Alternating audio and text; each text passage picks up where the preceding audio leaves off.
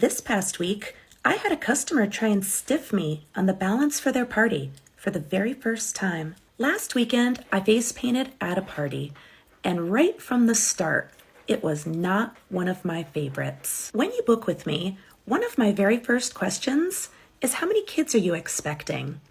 If it's 15 or less, booking 1 hour of time with me is absolutely perfect. I got to this party expecting about 12 kids. And when I walked in, there was 25 small faces staring back at me. And I had another party right after this one. I found Mom and told her that I would do my best, but I would have to switch to do some small faces so that I was able to fit everybody in.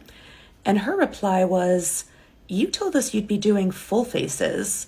Don't you plan for extra kids?" Yes, actually, I do, but I can't paint 25 kids in 1 hour.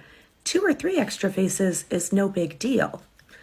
She basically told me to just do whatever I could get done, and then she disappeared. She actually disappeared for the rest of the party because obviously I was a babysitter as well. I did end up staying about 15 minutes extra, and I made sure every kid got at least something. I rushed to pack up so that I would make it to my next party on time, saw lots of parents as I was leaving, and they all told me that their kids looked amazing, so I assumed all was well. I needed to leave, but I still hadn't seen the mom. She paid a deposit with me when she booked, but she still had a balance. On my way out, I saw a grandparent, and I asked them to just let Mom know that I would send a Venmo request for the balance, since that's how she paid the deposit. This isn't uncommon for me, and unless they're paying cash, most families don't end up paying the balance while I'm still there. That night, I sent her a request for the balance.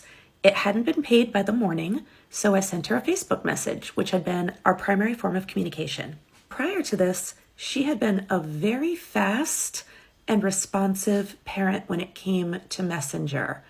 But this message, along with every single other one that I sent that week, was left unread and ignored. By Thursday, I was calling as well and going straight to voicemail.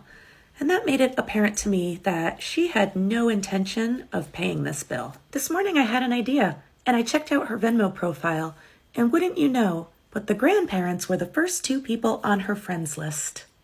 I explained the situation, asked if they would reach out to her. It was paid within the hour.